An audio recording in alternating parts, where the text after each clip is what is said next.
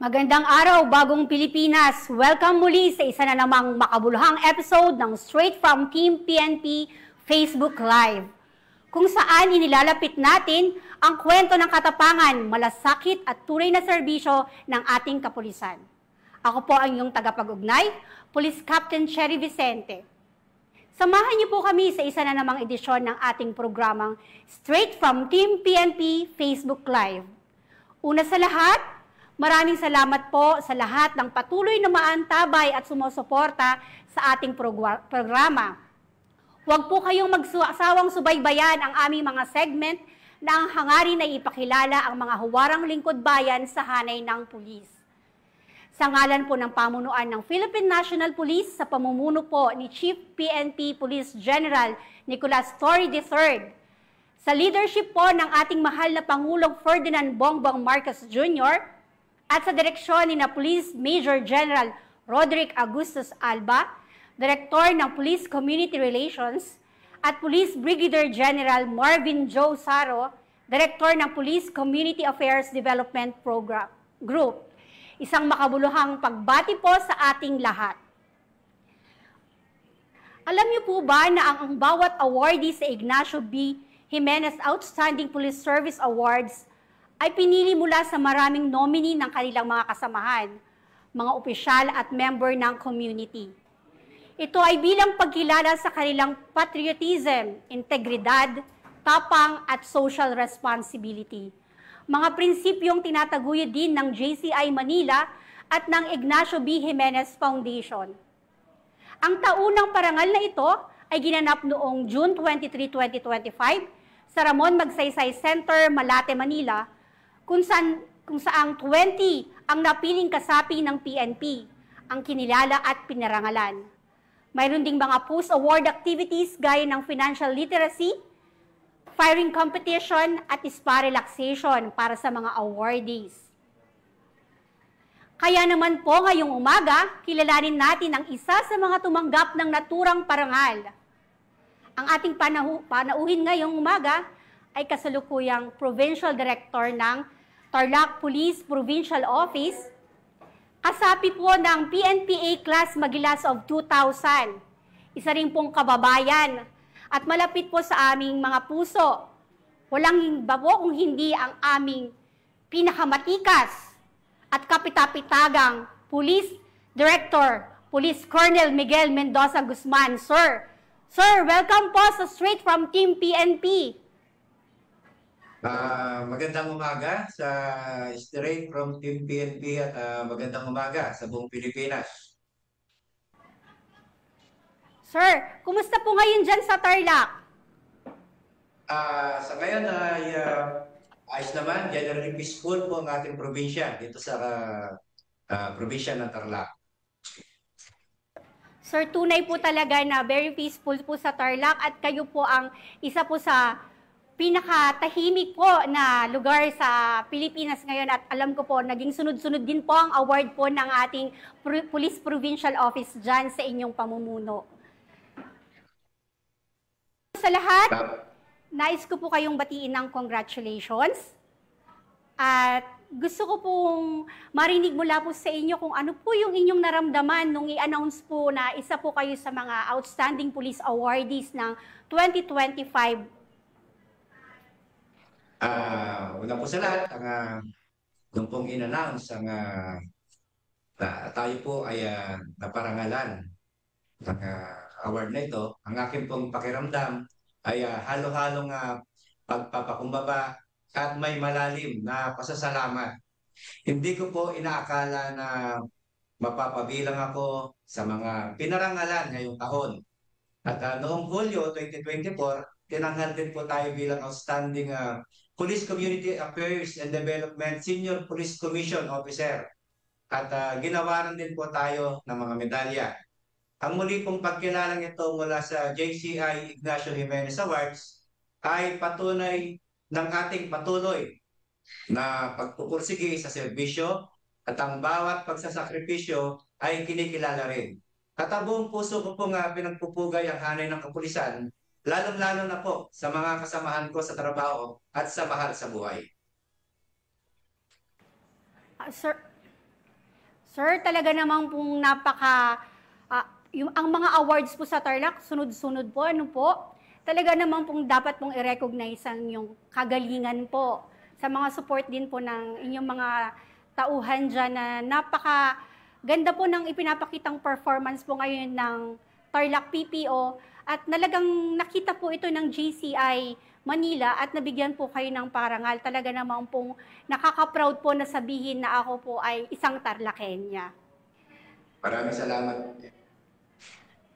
Sir, maliban po sa mga awards po na natanggap ninyo, ano naman po ang mga proyekto po na naging contribution po kung bakit po tayo ang napili ni JCI Manila? Ano po sa palagay ninyo ang nakita nilang kakaiba at napili po tayo na maging isa sa mga awardee? Bilang isa pong delikadong alagad ng batas sa loob ng mahigit na 25 years in my service, ang aking serbisyo ay nakatuon sa pagpapabuti ng kapayapaan at seguridad. Ang pagiging instrumento ko po sa pagresolba ng heinous at sensational crime ng kung matatandaan niyo po yung pagsunog ng sasakyan at pagkawala ni na Geneva Lopez at Yitzhak Cohen. Ito po yung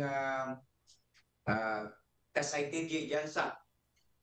At pinamanahan ko rin po ang masusing investigasyon na humantong sa pagkakailanlan, pagdakip, at paglilitis sa mga pangunahing salarin. At bukod po dito, mula noong 2014, malaki po ang naging papel ko bilang advisor ng Tarlac Citizens IWATS Against Crimes. Sa pamumuno rin po ng aking puting kabiyak sa buhay, si Ms. Jean Guzman.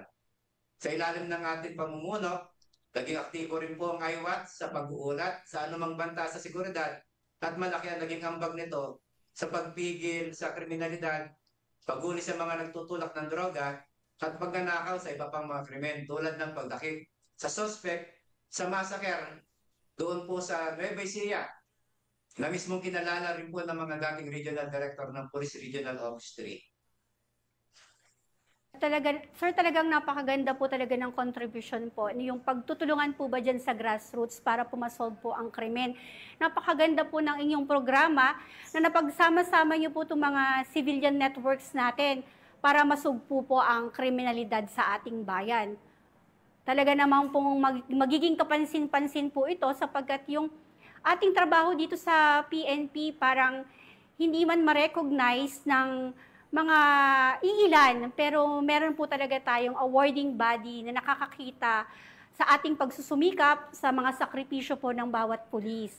Sir, kaya po, despite of all the odds po, ano naman po yung naging hamon po talaga ng pagiging lingkod bayan po at nagsilbing inspirasyon po para ipagpatuloy po ang paglilingkod natin at maging huwaran po sa ating bayan. Malaking challenge po talaga ito, no? Che, gunan mo na ang aking pamilya, lalo ng aking asawa na si Miss Evangeline Guzman at aking mga anak na si Micaela Angela, Miguel, Anton at Andre. Ang pangunahing inspirasyon ko. Sila po ang aking lakas. At bukod dito, ang tiwala at suporta ng komunidad ang nagbibigay sa akin ng patuloy na motivation. Ang mga ordinaryong mamamayan na aming pinaglilingkuran. Kapag nakikita ko po ang ngiti sa kanilang mga labi at ang kanilang pasasalamat sa tulong ng mga kapulisan, doon ko po mas nararamdaman ang kabuluhan ng aming trabaho. Nakikita ko po ang kahalagahan ng trabaho sa bawat araw na nakapagbibigay ng serbisyo at seguridad sa mga tao. Ang mga parangal na aking pong natanggap ay nagpapatunay na ang dedikasyon at katapatan ay nagbubunga. Nagsisilbi rin po itong pampatibay ng loob na ipagpatuloy ang pagiging ehemplo sa aming hanay at patuloy sa pagsisilbi ng ating bayan ng buong puso. Maraming salamat, sir.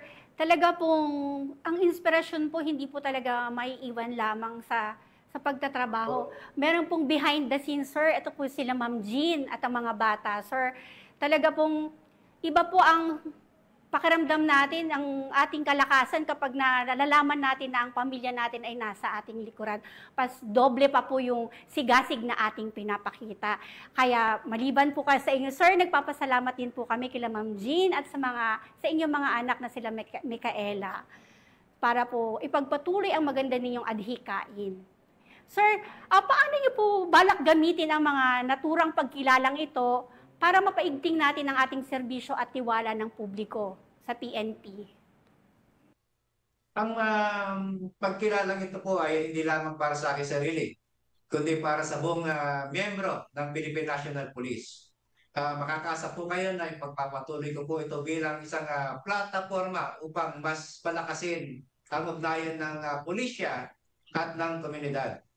Bilang isang miyembro ng kapulisan, ay patuloy ko pong ibabahagi ang kaalaman at best practices sa pagpapahusay ng intelligence gathering techniques at community empowerment. Tulad po ng ginawa natin sa iWatch, ipapakita natin sa publiko na ang PNP ay hindi lamang tagapagpatupad ng batas, kundi kasama rin nila sa pagbuo ng mas ligtas at mapayapang lipunan.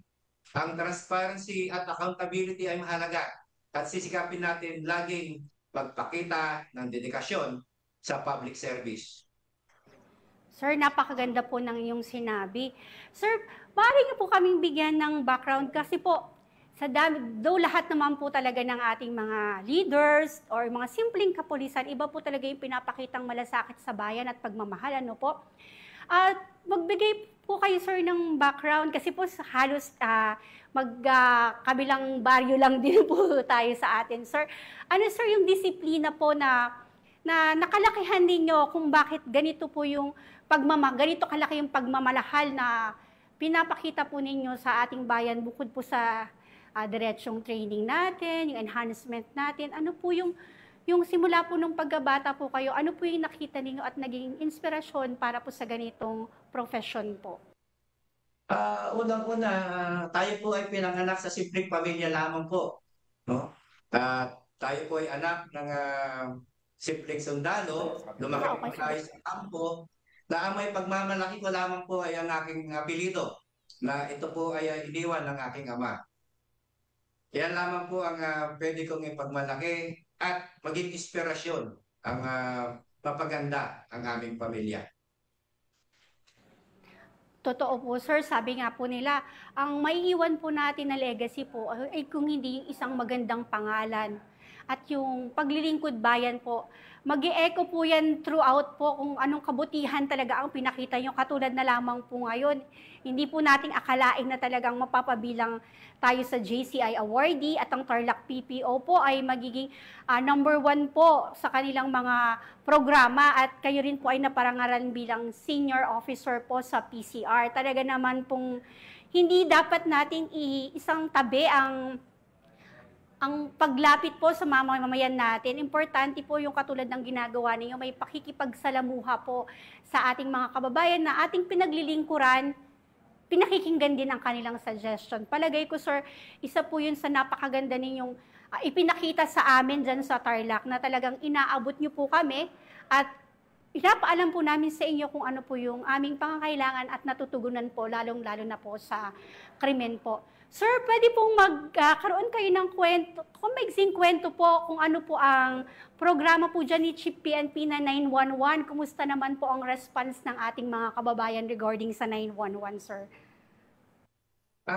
Dito po sa proyekto ng ating Chief PNP, si Police General Nicolas Torre III, yung 3 core leadership pillars, yung unang-una, swift and responsive public service, pangalawa, unity and morale within the ranks, at yung pangatlo ay accountability and modernization.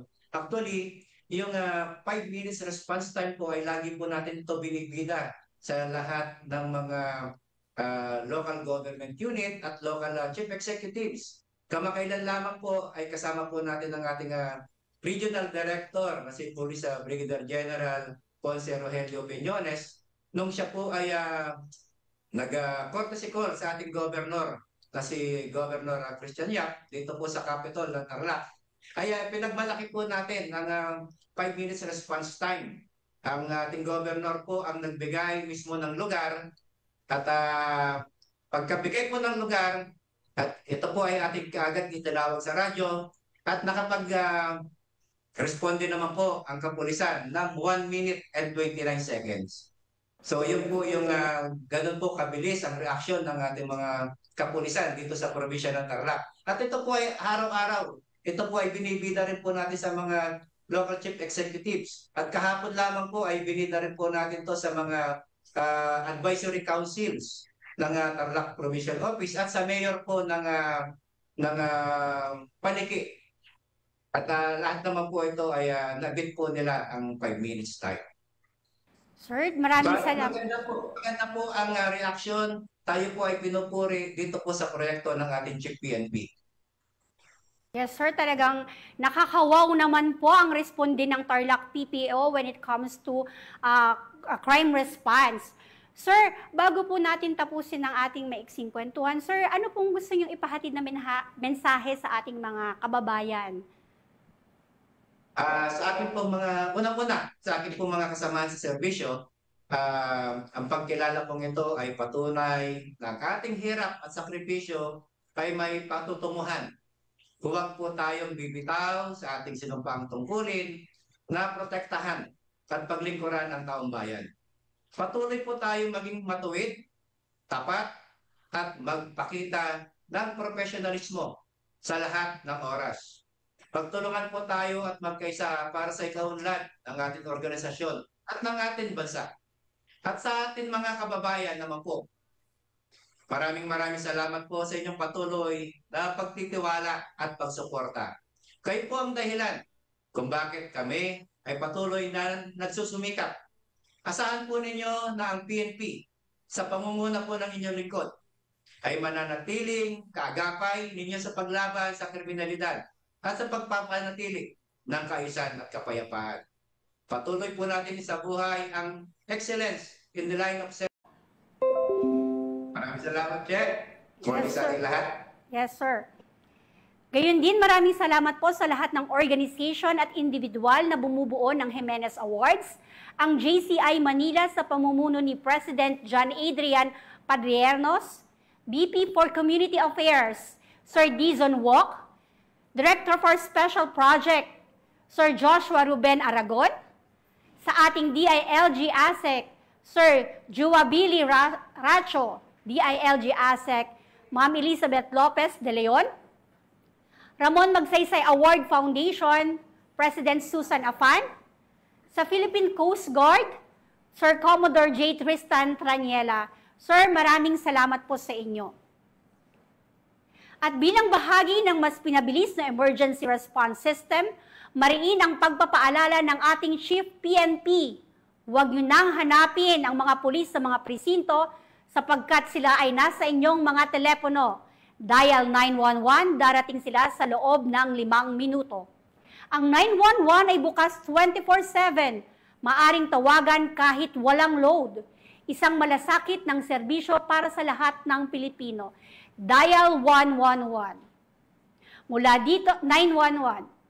Mula dito sa tanggapan ng tagapag-ugnay ng Pambansang Pulisya at sa ngalan ni Police Captain Nomer Macaraeg, muli po ang inyong kasama sa pagpapatuloy sa paglilingkod, Police Captain Cherry Vicente.